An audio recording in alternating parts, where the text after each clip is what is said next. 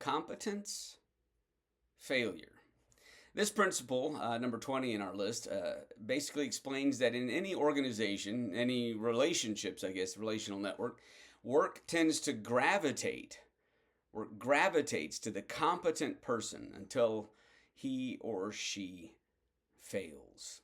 So, in many ways, in every relationship, a network, in every organization, the people that get things done tend to have things that need done come to their desk. You could see it almost as fluid mechanics that wherever the drain is where the water flows. Well, in some ways, wherever the work gets done is where the work goes. And so you can utilize this to your benefit as a supervisor or as an organizer in some ways by seeing who the work gravitates towards. But then you need to be wary. Be wary because it's like plates spinning. He who can spin plates well winds up with too many plates to spin, and then they all come crashing down. This is not a statement that these people are somehow faulty or they themselves are failing the organization. It's the fact that people are lazy and they'll more happily let somebody else do the work that they themselves should be doing. And so they allow work to drift to the person that is known to be able to get work done. That person quite often will, either because of a high level of conscientiousness in their personality or a desire to do excellent work because they have a high view of themselves and don't want to let things fall down. They could be perfectionistic in tendencies. Or it just could be that they really value and believe in the mission that the organization is set upon and are willing to sacrifice themselves to various degrees to get things done. All of that is good up to a point. In some ways, in the military, they have become known for raising people, promoting people to the level of incompetence. And this is a similar sort of an issue that because they've been good at the previous job, they get promoted to the next job, which is sometimes quite vastly different than the thing they excelled at. And then, unfortunately, they get left at the level of their incompetence rather than being able to be back down at a level of excellence.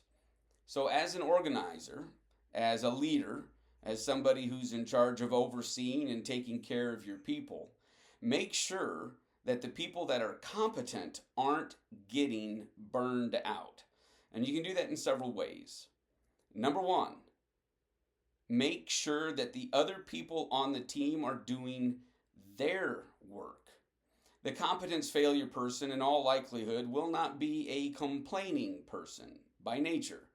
And so if that person starts to mention things that lean in the direction of getting burned out, take note, because the number of plates they've got spinning is the number of plates that are about to fall to the ground. Make sure that in your assignment of responsibilities and in your application of the work that needs to be done, that which individual is good at it, vis-a-vis our can-will questions, the two questions of recruitment, make sure that you love your people more than you love getting things done. Because we are in this for the marathon, not the sprint. And oftentimes people will say yes to something that they are capable of doing for a short time because they don't want to let people down, because they believe in the mission, etc. But that doesn't mean that they can maintain a sprinting pace for a long time.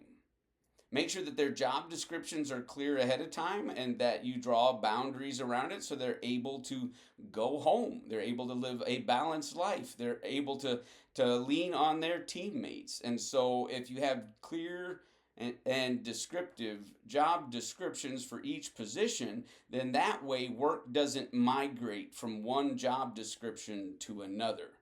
And if it does, then either the first person needs to be fired or have a stern talking to, or the person it's migrated to needs to have their contract changed. They deserve more income. They deserve a promotion. Something needs to reward them for their greater efforts.